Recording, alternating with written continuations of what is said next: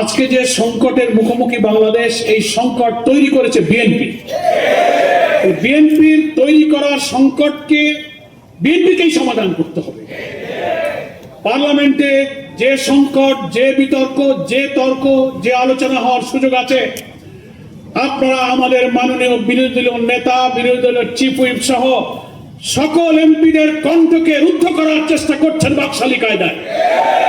ফলে বাধ্য হয়ে আমাদের জনগণের রায়, গণভোটের রায় কার্যকর করার জন্য 5 কোটি মানুষ যে গণভোটে ভোট দিয়েছে, সেই জনগণের কাছে যাওয়া ছাড়া উই হ্যাভ নো অল্টারনেটিভ, আমাদের সেখানেই যেতে হবে।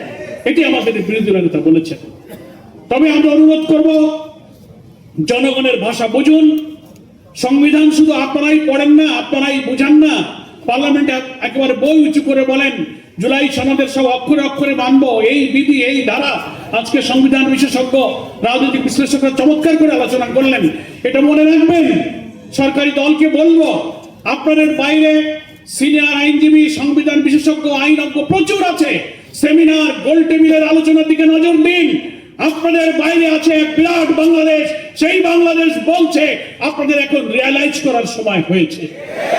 কেবল গত পরশুদিন আইনমন্ত্রী, স্বরাষ্ট্রমন্ত্রী চিফ হুইপ বসে বলেছেন, হ্যাঁ গণভোট যেহেতু হয়ে গেছে তাই এটা বৈধ।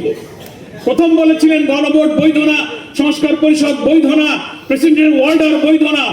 তো কেবল একটা বলছেন হয়ে গেছে তো বৈধ হয়েছে।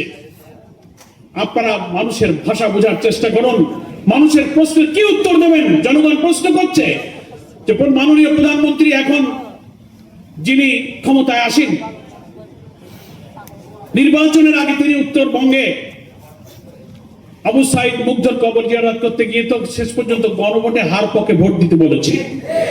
মানুষ আমাদের প্রশ্ন করে, তাহলে প্রধানমন্ত্রী তো দেখলাম গণমাধ্যমে ভোটের দিন 12 ফেব্রুয়ারি ভোট কেন্দ্রে ঢুকলেন। ভোট কেন্দ্রে ঢুকলেন মানে আপনি হাতে ভোট দিয়েছেন?